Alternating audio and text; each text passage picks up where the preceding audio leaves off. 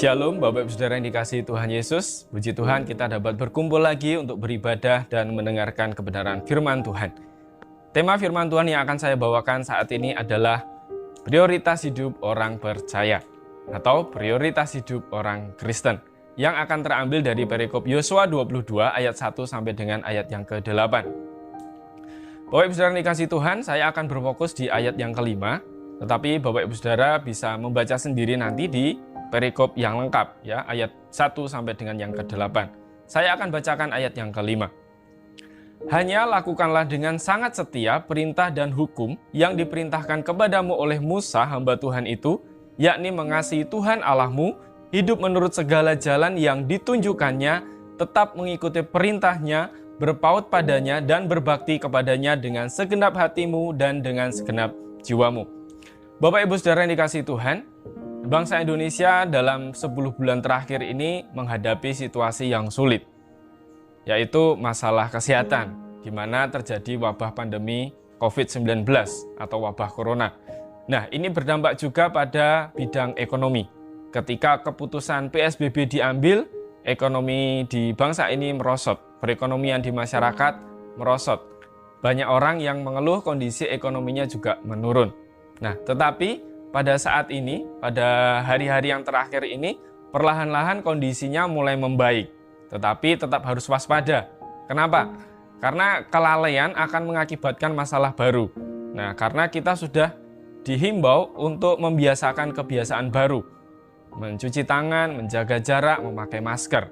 Nah, sudah menjadi sifat manusia yang diberikan akal budi, bahwa ketika menghadapi persoalan kehidupan, menghadapi masalah kehidupan, atau pada saat ini adalah masalah penghidupan, ya, otomatis kita manusia akan mencari jalan keluar untuk bertahan, untuk survive.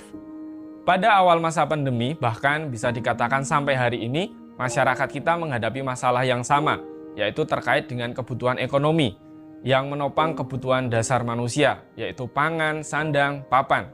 Nah, sampai-sampai permasalahan ini mengakibatkan sebagian kita mungkin lupa untuk beribadah, atau tidak dapat beribadah dengan khusyuk, ya, karena pikirannya masih kepada masalah itu tadi. Nah, ketika kebutuhan dasar terpenuhi, Bapak Ibu Saudara yang dikasihi Tuhan, orang atau manusia akan menginginkan kebutuhan yang lain, yaitu kebutuhan sekunder, seperti kaitannya dengan hiburan, pendidikan, rekreasi, wisata, bahkan mungkin bisa memiliki alat-alat komunikasi yang modern, handphone, Android misalkan. Dan juga bagi mereka yang memiliki berkat yang lebih, ya, kehidupan ekonominya lebih baik, mungkin juga berkeinginan untuk memenuhi kebutuhan tersiernya di atas kebutuhan sekunder, yaitu kebutuhan kemewahan. Mungkin menginginkan mobil, perhiasan, menginginkan iPhone misalnya, dan barang mewah lainnya. Nah, Bapak Ibu Saudara yang dikasihi Tuhan, hal-hal yang saya sebutkan tadi itu sebagian besar berupa pemenuhan kebutuhan jasmani. Dengan kata lain, kepemilikan barang, kepemilikan uang, harta, atau materi yang lainnya telah menjadi prioritas hidup manusia, menjadi prioritas kehidupan kita. Kita semua berusaha untuk mendapatkan sebanyak-banyaknya. Nah, sampai-sampai hampir semua orang berkeinginan untuk mewariskan kekayaan materi kepada anak cucunya. Saya yakin kita semua yang menonton video ini pasti juga memiliki ide atau harapan yang demikian, yaitu mewariskan harta atau materi kepada keturunan kita. Tidak salah Bapak Ibu Saudara yang dikasihi Tuhan, namun perlu hati-hati dan perlu bijaksana dalam mewujudkannya. Nah, kita harus memiliki tujuan yang jelas untuk masa depan kita dan generasi yang mendatang. Memang tadi kebutuhan materi juga penting, tetapi ada yang lebih penting. Nah, apa yang menjadi tujuan hidup kita nanti akan mempengaruhi perilaku kita hari ini. Dan warisan apa yang akan kita berikan ke generasi berikutnya nanti. Jika tujuannya pada materi atau fokusnya kita pada materi, maka fokus hidup kita hanyalah materi. Apapun yang akan kita lakukan pasti ukurannya juga materi. Nah, harapannya ingin mendapatkan materi. Memang memiliki keinginan materi, barang-barang, jasmani, kebutuhan jasmani itu baik. Tetapi ada yang lebih baik. Ada bahkan ini yang lebih penting, yaitu iman. iman dan kasih kita kepada Tuhan. Nah, ini adalah prioritas hidup yang harus kita perhatikan juga. Sebagai warisan yang akan membawa kita dan banyak keluarga Kristen yang lain bertahan di dalam kehidupan iman kita. Dari ke generasi ke generasi. Nah, di dalam bagian perikop Yosua 22 ayat 1 sampai dengan ayat yang ke-8 ini, konteksnya adalah ketika bangsa Israel sampai di tanah perjanjian dan sudah membagi tanah yang menjadi hak masing-masing suku, 12 suku. Nah, tugas orang-orang suku Ruben dan orang Gad dan suku Manasye membantu suku-suku Israel yang lain sudah selesai pada bagian ini. Yosua juga memuji mereka karena mereka telah setia menjalankan janji mereka, disebutkan di ayat 2 dan ayat yang ketiga. Dan juga Yosua menyampaikan bahwa mereka juga telah diberkati dengan kekayaan yang sangat banyak, disebutkan di ayat yang ke-8. Ini adalah bagian dari akhir perjalanan mereka setelah keluar dari tanah perbudakan atau tanah Mesir. Tetapi, akhir dari perjalanan ini bukanlah babak yang terakhir bagi mereka. Ada babak berikutnya. Bangsa Israel masuk ke dalam babak baru sebagai umat pilihan yang telah dimerdekakan dari perbudakan. Yosua mengingatkan bahwa memasuki tanah perjanjian bukanlah yang menjadi prioritas hidup mereka, bukan tujuan utama mereka. Karena tantangannya bukan lagi padang gurun yang panas, melainkan padang gurun kehidupan yang akan terus menguji kesetiaan mereka pada Tuhan. Melalui perikop ini, Tuhan melalui Yosua mengingatkan bangsa Israel juga kepada kita pada masa ini, apa yang harus menjadi prioritas hidup mereka atau hidup kita juga. Bapak Ibu Saudara yang dikasihi Tuhan, ada 5 hal yang ditekankan Yosua kepada orang-orang Israel dan juga kepada kita. Yang pertama adalah setia melakukan perintah dan hukum Tuhan. Di ayat yang kelima kita dapat membaca di sana, hanya lakukanlah dengan sangat setia perintah dan hukum yang diperintahkan kepadamu oleh Musa hamba Tuhan itu. Bapak Ibu Saudara yang dikasihi Tuhan, frase dengan sangat setia ini pada teks aslinya mengandung arti menjaga, atau untuk menjaga, mengamati, memperhatikan. Nah, di dalam Kamus Besar Bahasa Indonesia, kata setia ini artinya adalah berpegang teguh pada suatu janji, pada satu pendirian, atau patuh, atau taat, atau tetap teguh. Nah, setia ini, kalau di dalam ayat ini, mungkin berarti adalah selalu atau senantiasa, apapun keadaannya, harus menaati semua perintah dan hukum Tuhan, setia melakukan perintah dan hukum Tuhan. Nah, ini adalah hal yang sangat penting bagi mereka, juga bagi kita. Kenapa? Pertama, karena kesetiaan adalah bukti umat Israel mengasihi Tuhan. Bukti kita mengasihi Tuhan. Tuhan lebih dahulu mengasihi kita. Sekarang saatnya kita juga perlu setia kepada Tuhan dan mengasihi Tuhan.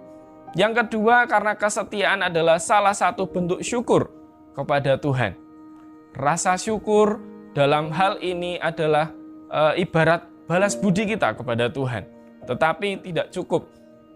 Balas budi kita, apa yang kita perbuat, pasti juga tidak seimbang dengan apa yang Tuhan sudah perbuat dalam hidup kita.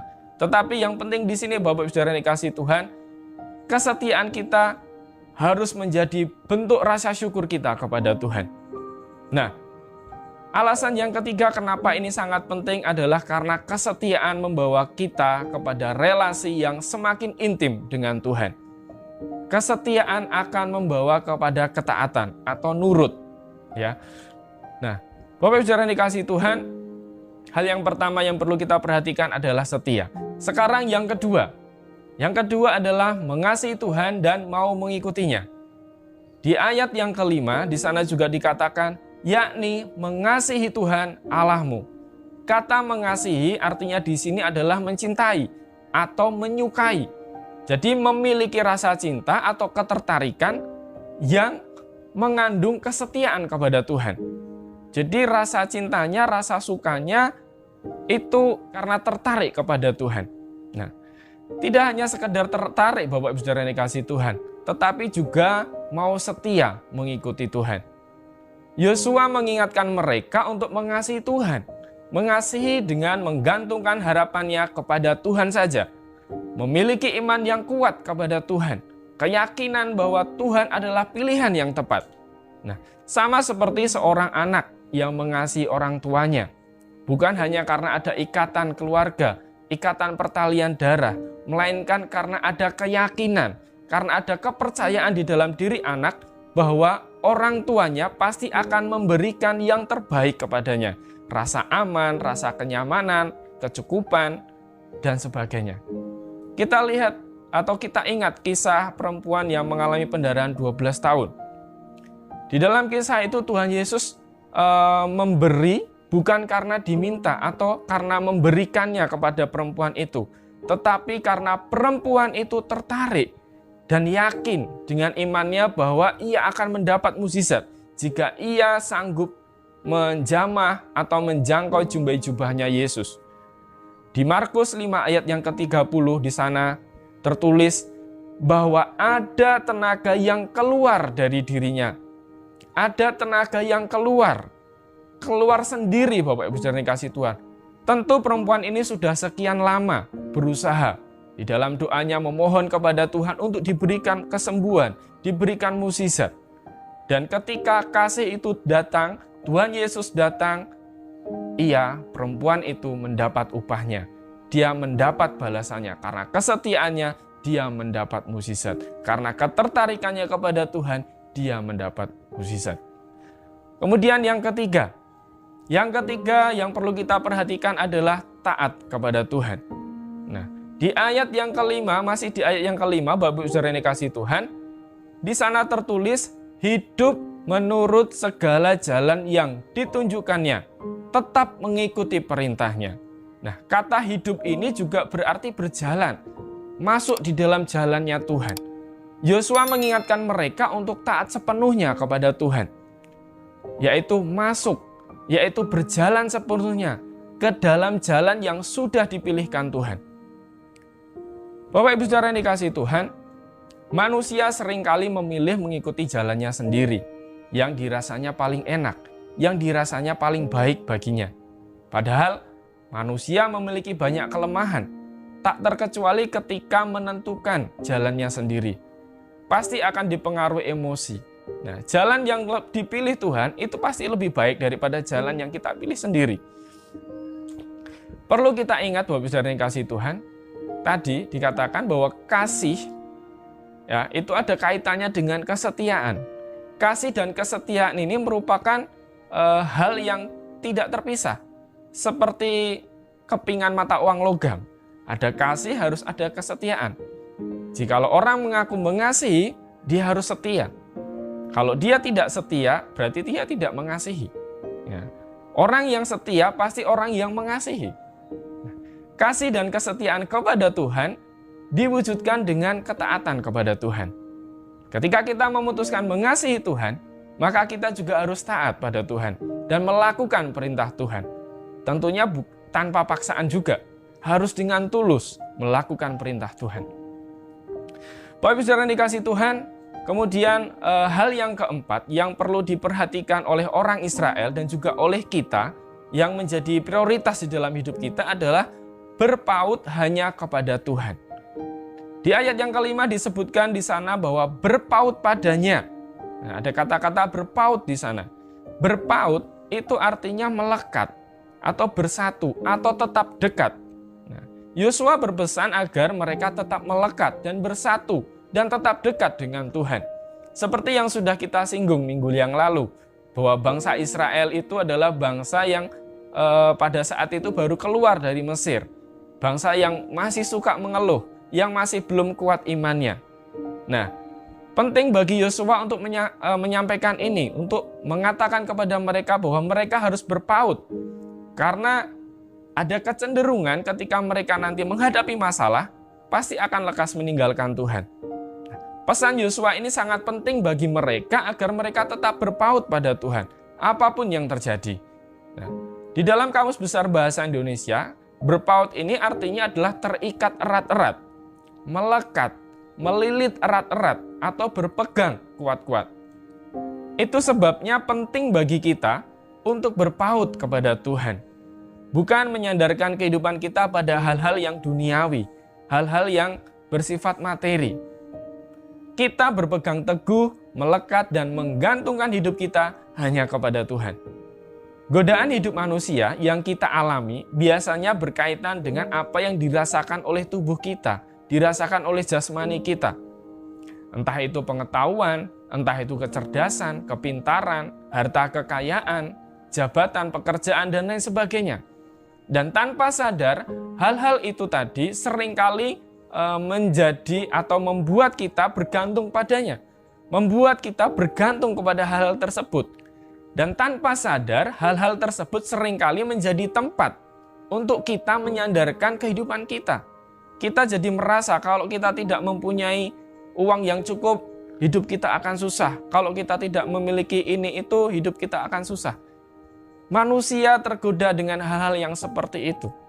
Tetapi di sini Yosua mengingatkan kepada bangsa Israel dan juga kepada kita bahwa apapun yang terjadi, entah itu dalam keadaan susah, entah itu dalam keadaan yang senang, kita tetap mengikut Tuhan, tetap berpaut kepada Tuhan. Selanjutnya Bapak Ibu Saudara yang dikasihi Tuhan, selain berpaut, kita juga harus berbakti. Ya, di ayat yang kelima dikatakan berpaut padanya dan berbakti kepadanya. Bapak Ibu Saudara yang dikasihi Tuhan, berbakti di sini artinya adalah bekerja atau melayani, bekerja bagi Tuhan, beribadah. Nah, berbakti dengan kata dasar bakti itu berarti tunduk atau hormat, perbuatan yang menyatakan setia, perbuatan yang menyatakan kasih, perbuatan yang menyatakan tunduk kepada Tuhan. Dan berbakti kepada Tuhan adalah sebuah keputusan untuk menjadikan Tuhan sebagai pusat pengabdian hidup dan sasaran hidup kita. Banyak orang berpikir bahwa berbakti itu hanya berkaitan dengan kegiatan-kegiatan rohani, kegiatan-kegiatan ibadah, terlibat di dalam pelayanan yang dilakukan di gereja, di tempat-tempat pelayanan, dan lain sebagainya. Padahal berbakti kepada Tuhan bukan hanya hal-hal itu saja. Bukan mengenai aktivitas ibadah atau pelayanan yang dilakukan di gereja, melainkan meliputi seluruh keberadaan hidup kita, seluruh gerak hidup kita sehari-hari. Kolose 3 ayat 23 mengatakan, apapun juga yang kamu perbuat, perbuatlah dengan segenap hatimu, seperti untuk Tuhan, dan bukan untuk manusia. Kamu tahu bahwa dari Tuhanlah kamu akan menerima bagian yang ditentukan bagimu sebagai upah. Kristus adalah Tuhan dan kamu adalah hambanya. Jadi, di dalam kesemua prioritas yang dipesankan Yosua itu tadi, bangsa Israel dan juga kita harus melakukannya dengan segenap hati dan segenap jiwa. Artinya apa? Artinya berpaut dan berbakti dengan sungguh-sungguh dan dengan kesadaran penuh. Sebagai umat Tuhan, sebagai hamba, tentu kita akan tunduk sepenuhnya kepada Tuhan. Tuhan kita siapa? Tuhan kita adalah Tuhan Yesus. Dengan sukarela kita tunduk kepadanya. Yosua di sini tidak berbicara tentang pentingnya kekayaan mereka, tetapi Yosua berbicara mengenai masalah kasih dan ketaatan mereka kepada Tuhan. Itulah yang terpenting. Nah, Bapak Ibu Saudara yang dikasihi Tuhan, dari apa yang kita pelajari hari ini, kita melihat bahwa pembebasan bangsa Israel dan masuk ke tanah perjanjian memang menjadi kebutuhan bangsa Israel, bangsa pilihan Tuhan itu. Namun Yosua mengingatkan kepada mereka bahwa hal yang utama bukanlah pemenuhan kebutuhan jasmani itu, melainkan relasi mereka, relasi kita yang berkelanjutan dengan Tuhan, yang telah memilih dan telah membebaskan mereka, dan juga kita.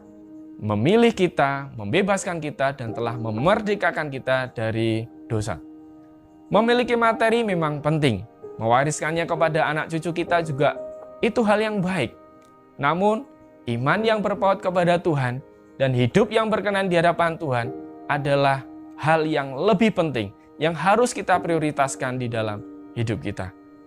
Demikian yang bisa saya sampaikan, Bapak Ibu Saudara dikasihi Tuhan. Kiranya ini dapat menguatkan iman kita, agar kita terus berpegang teguh pada iman kita, berpaut kepada Tuhan kita, Yesus Kristus. Amin. Tuhan memberkati.